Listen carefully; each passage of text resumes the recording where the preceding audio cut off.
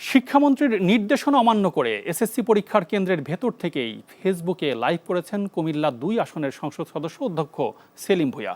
সকালে হোমনা সরকারি উচ্চ বিদ্যালয় কেন্দ্রে যান তিনি। এ সময় তার ভেরিফাইড ফেসবুক পেজ থেকে সরাসরি সম্প্রচার করা হয়। এতে দেখা যায় সংসদ সদস্য সেলিম ভূঁইয়া হোমনা সরকারি কলেজ ভবনের সিঁড়ি বেয়ে দোতলায় উঠে একাধিক পরীক্ষার কক্ষের সামনে অবস্থান নেন এবং শিক্ষক ও পরীক্ষার্থীদের বিভিন্নভাবে নির্দেশনা দেন।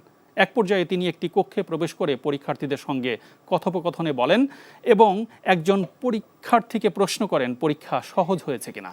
পরে তিনি আরও কয়েকটি কক্ষ পরিদর্শন করেন। পুরো লাইভটি প্রায় ৮ মিনিট ৫৭ সেকেন্ড স্থায়ী ছিল। গত ১২ এপ্রিল এক সভায় শিক্ষামন্ত্রী আনম এহসানুল হক মিলন নির্দেশনা দেন কোনো জনপ্রতিনিধি পরীক্ষা কেন্দ্রে প্রবেশ করতে পারবেন না।